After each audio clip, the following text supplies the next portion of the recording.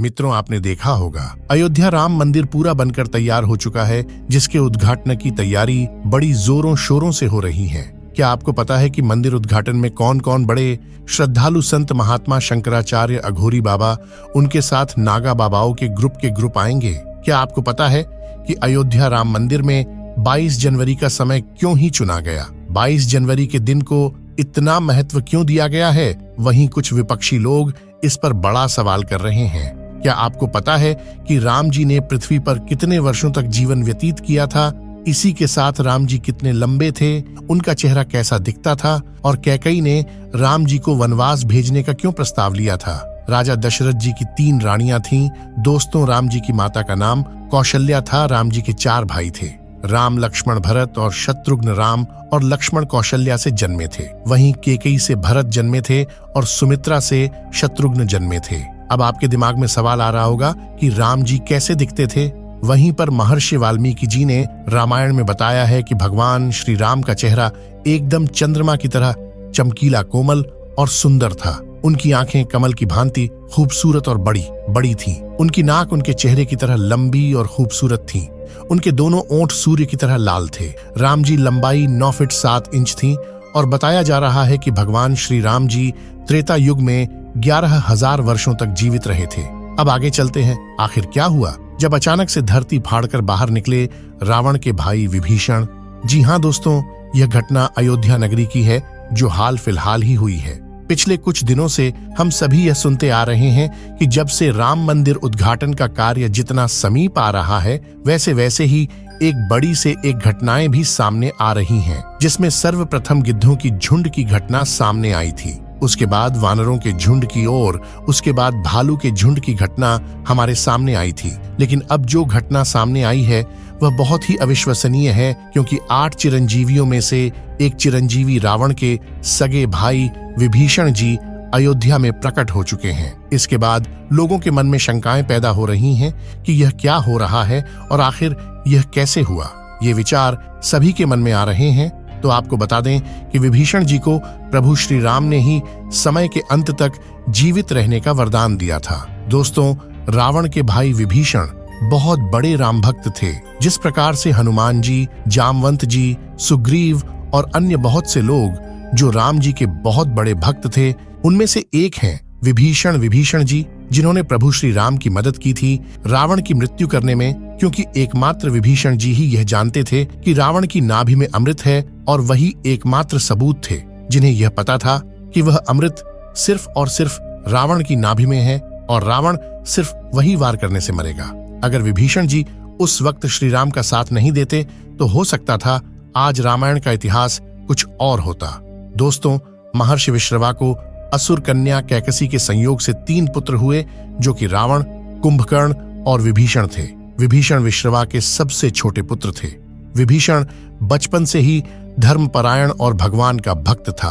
विभीषण की पत्नी का नाम सरमा और उसकी बेटी का नाम त्रिजटा था। एक बार तीनों भाइयों ने बहुत दिनों तक कठोर तपस्या करके ब्रह्मा जी को प्रसन्न कर लिया। ब्रह्मा ने प्रकट होकर तीनों से वर मांगने के लिए कहा। रावण ने अपने महत्वाकांक्षी स्वभाव के अनुसार ब्रह्मा जी से त्रैलोक्य विजयी होने का वरदान मांगा।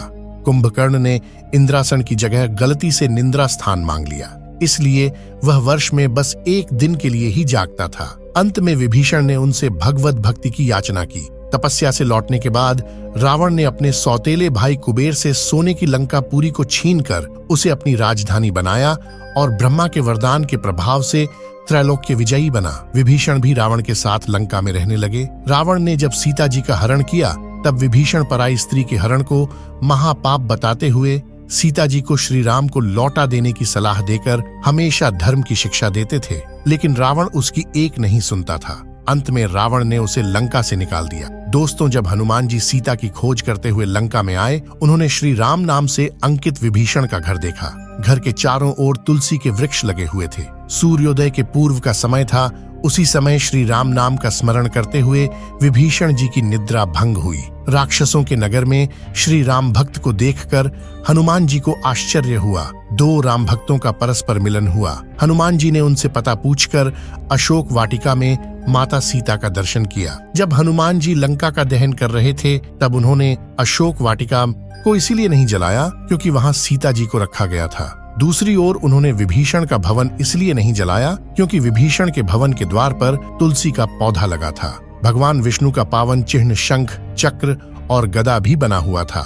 सबसे सुखद तो यह कि उनके घर के ऊपर राम नाम अंकित था। यह देखकर हनुमान जी ने उनके भवन और मंदिर को नहीं जलाया। रावण के निकाले जाने के बाद विभीषण के पास और कोई चारा नहीं था। वे प्रभु श्री राम की शरण में चले गए। वे चाहते थे कि निर्दोष लंकावासी न मारे जाएं और लंका में न्याय का राज्य स्थापित हो। विभीषण के शरण याचना करने पर सुग्रीव ने श्री राम से उसे शत्रु का भाई व दुष्ट बताकर उनके प्रति आशंका प्रकट की और उसे पकड़कर दंड देने का सुझाव दिया।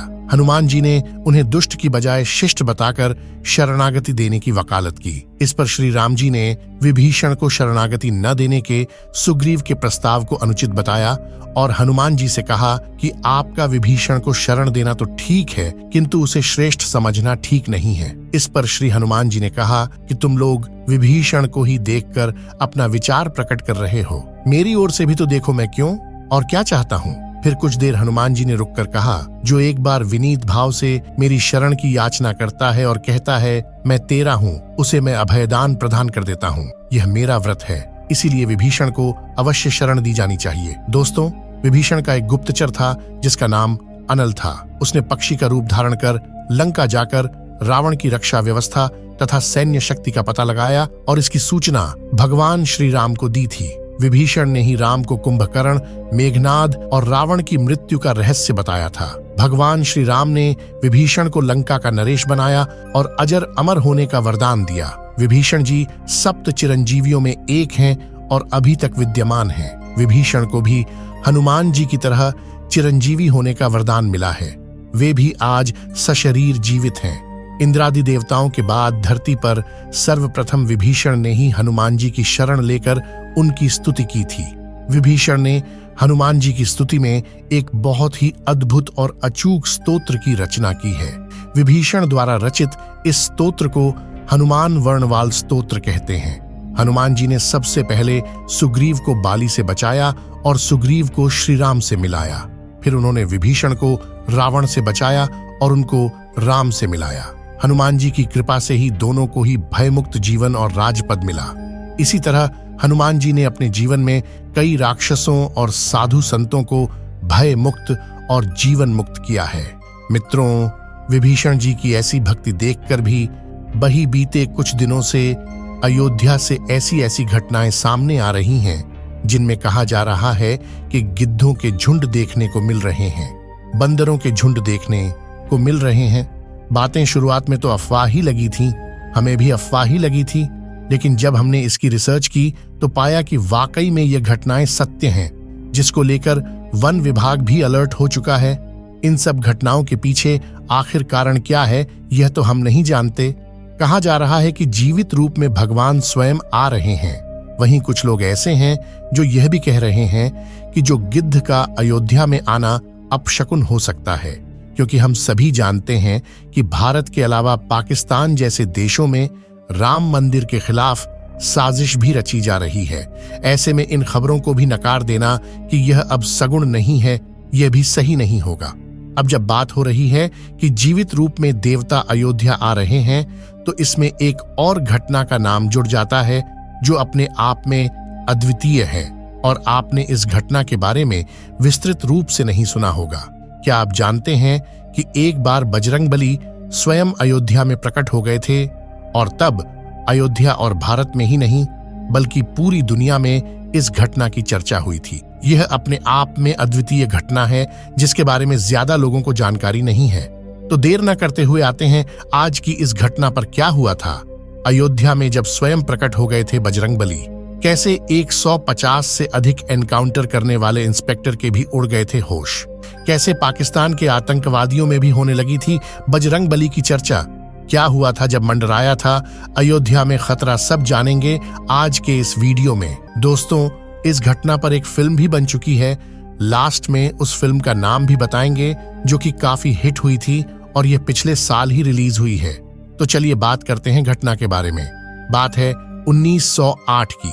हर रोज की तरह हनुमानगढ़ी के सामने काफी भीड़ दिखाई दे रही थी। लोग आ रहे थे, भगवान हनुमान के दर्शन कर रहे थे और जा रहे थे। लेकिन तभी हनुमानगढ़ी वाली गली में एक जीप पुलिस को खड़ी हुई मिलती है। पुलिस को शुरुआत में तो ये लगता है कि शायद कोई व्यक्ति दर्शन करने आया होगा और इसीलिए वह जीप खड़ी करके अंदर चला गया है, तो शायद वह वापस आएगा। लेकिन 1 घंटा गुजरता है, 2 घंटे गुजरते हैं, लेकिन फिर भी उस जीप को लेने कोई नहीं आता है। 2 घंटे बाद पुलिस उस जीप को लेकर थाने चली जाती है और फिर उस जीप की तलाशी की जाती है। उस जीप में एक मोटर प्राप्त होता है। यह वह मोटर था जिससे पानी निकलता है। आमतौर पर इसे टुल्लू भी कहा जाता है। उस मोटर को खोला जाता है तो मोटर के अंदर कुछ बुरादे जैसा पाउडर जैसा मिलता है। पुलिस कुछ समझ नहीं पाती है और तुरंत ही एसटीएफ को बुलाया जाता है। उस समय एसटीएफ टीम को लीड कर रहे थे इंस्पेक्टर अविनाश मिश्रा। अविनाश मिश्रा की पोस्टिंग 19 में हुई थी और 1905 से 2000 तक वह एसटीएफ में कार्यरत रहे। इनके नाम एक 50 एनकाउंटर भी हैं। अविनाश मिश्रा जैसे ही पहुंचते हैं और देखते हैं, वह तुरंत बताते हैं कि यह तो आरडीएक्स है। एसटीएफ टीम को यह समझते देर नहीं लगती है कि आरडीएक्स अब पूरी अयोध्या में फैल चुका है। तुरंत ही पूरी अयोध्या को अलर्ट किया जाता है और पूरी अयोध्या में 1 घंटे के अंदर ही 8 जगहों पर आरडीएक्स जब्त किया जाता है। ये अपने आप में काफी हैरान करने वाली घटना थी। यानी आतंकवादियों की यह साजिश थी कि पूरी अयोध्या को एक बार में ही नष्ट कर दिया जाए। क्योंकि यह जीप हनुमानगढ़ी के पास पाई गई थी, तो पूरी उम्मीद थी कि हनुमानगढ़ी में भी कहीं न कहीं आरडीएक्स रखा गया हो। एसटीएफ टीम तुरंत ही हनुमानगढ़ी की तलाशी करना शुरू करती है, लेकिन बहुत हाथ पैर मारने के बाद भी टीम को कुछ नहीं मिलता है। इंस्पेक्टर अविनाश मिश्रा थक हार कर बैठ जाते हैं, लेकिन तभी एसटीएफ टीम का ही एक सदस्य काफी देर में मंदिर के अंदर से निकलता हुआ दिखाई देता है। लेकिन यह सदस्य कभी एसटीएफ टीम में रहा ही नहीं था। अविनाश मिश्रा जैसे ही उस शख्स को आवाज देते हैं, वह व्यक्ति भागने लगता है। यह व्यक्ति पूरी तरह एसटीएफ दस्ते के ही यूनिफॉर्म में था।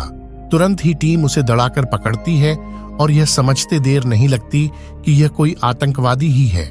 जैसे ही उस आतंकवादी को पकड़ा जाता है, वह आतंकवादी हंसने लगता है और हंसते हंसते कहता है, अरे तुम कुछ नहीं कर सकते, मैंने अब हनुमानगढ़ी के अंदर टाइम बॉम्ब लगा दिया है। और घड़ी देखते हुए वह कहता है, अब तो सिर्फ 1 मिनट बचे हैं, जाओ जो करना है कर लो। तुरंत इंस्पेक्टर अविनाश मिश्रा हनुमानगढ़ी के अंदर की तरफ भागते हैं। एसटीएफ टीम ने हनुमानगढ़ी का कोना कोना छान मारा, लेकिन कुछ भी नहीं मिला। अब मुश्किल से 20 से 30 सेकंड का वक्त बचा होगा। तब टीम को लीड कर रहे इंस्पेक्टर अविनाश मिश्रा की नजर एक बंदर पर पड़ती है। वह बंदर वाटर कूलर पर बैठा हुआ तारों को काट रहा था। इंस्पेक्टर अविनाश मिश्रा को शक हुआ कि इस वाटर कूलर में कुछ हो सकता है और वह चाहते थे कि यह बंदर इन तारों को छोड़े तो जाकर वह वहां पर चेक करें। उन्होंने आनन फानन में पास में खड़े हुए व्यक्ति का प्रसाद उस बंदर की तरफ फेंका, लेकिन बंदर ने प्रसाद नहीं लिया और बंदर वहां से भाग जाता है। तुरंत इंस्पेक्टर अविनाश मिश्रा साथ में खड़े बम निरोधक दस्ते को वाटर कूलर के पास जाने के लिए कहते हैं और जैसे ही वह शख्स वाटर कूलर के पास पहुंचता है, वह जोर से चीखता है और इस चीख से वहां पर खड़े सभी व्यक्तियों का ध्यान उस वाटर कूलर पर चला जाता है। वह शख्स जोर से चिल्लाकर कहता है, अरे यह तो टाइम बॉम्ब है। और इसके साथ ही वह एक बात और कहता है। वह कहता है, अरे सर, ये तो 3 सेकंड पर रुक चुका है। अविनाश मिश्रा को यह समझते देर नहीं लगती कि वह बंदर जिन तारों को काट रहा था, वह तार इस टाइम बॉम्ब के ही थे। अविनाश मिश्रा तुरंत उस बंदर को ढूंढने के लिए दौड़ने लगते हैं और तभी ढूंढते हुए अविनाश मिश्रा की नजर हनुमानगढ़ी के शिखर पर जाती है, जहां पर एक बंदर मंदिर पर लगे कलश को सहला रहा था। पूरी टीम यह समझ जाती है कि छोटे वानर के रूप में स्वयं साक्षात बजरंग बली ही हनुमानगढ़ी को बचाने के लिए आए हैं। सभी टीम के सदस्य भगवान हनुमान के आगे दंडवत प्रणाम करते हैं। इंस्पेक्टर अविनाश मिश्रा सहित सभी टीम के सदस्यों की आंखों से आंसू बह रहे थे, हाथ जोड़े हुए थे और अपने आप को वह भाग्यशाली समझ रहे थे कि आज उन्हें साक्षात हनुमान जी के दर्शन प्राप्त हुए हैं। और थोड़ी ही देर में वह छोटा वानर आंखों की दृष्टि से ओझल हो जाता है। अविनाश मिश्रा स्वयं बताते हैं कि हमने जो भी उस दिन देखा वह एक सपने जैसा था। हम सोच भी नहीं सकते थे कि बजरंग बली ऐसे अपने भक्तों को बचाने आएंगे। अविनाश मिश्रा बताते हैं कि यह उनके जीवन की सबसे अद्भुत घटना थी। यानी बजरंग बली ने स्वयं आकर के न सिर्फ अयोध्या को बचाया बल्कि अपने सैकड़ों भक्तों की जान बचाई। यह वाकई में अद्भुत घटना थी, अविश्वसनीय थी, अकल्पनीय थी। इस घटना को इंस्पेक्टर अविनाश मिश्रा पर बनी फिल्म इंस्पेक्टर अविनाश में भी दिखाया गया है, जो पिछले साल 2023 में मई में रिलीज भी हुई थी। इस वीडियो में जो आपने इस घटना के सीन देखे वह भी इसी मूवी के ही हैं। तो दोस्तों, आज हमें यह लगा कि यह घटना आप तक अवश्य पहुंचानी चाहिए, तो हमने पहुंचाया। अब आपकी बारी है कि इस घटना को और भी लोगों के साथ शेयर करें। इसको लेकर के इंटरनेट पर तमाम आर्टिकल्स आपको मिल जाएंगे, तमाम वीडियोस मिल जाएंगे, और तो और वह फिल्म भी मिल जाएगी जिसमें इस घटना को दिखाया गया है। इसी तरह की और भी घटनाएं आप जानना चाहते हैं तो हमें सब्सक्राइब कर लें और अपनी राय कमेंट में देना मत भूलें। मिलते हैं आपसे अगले वीडियो में, तब तक के लिए जय हिंद, जय भारत, वंदे मातरम, जय बजरंग बली।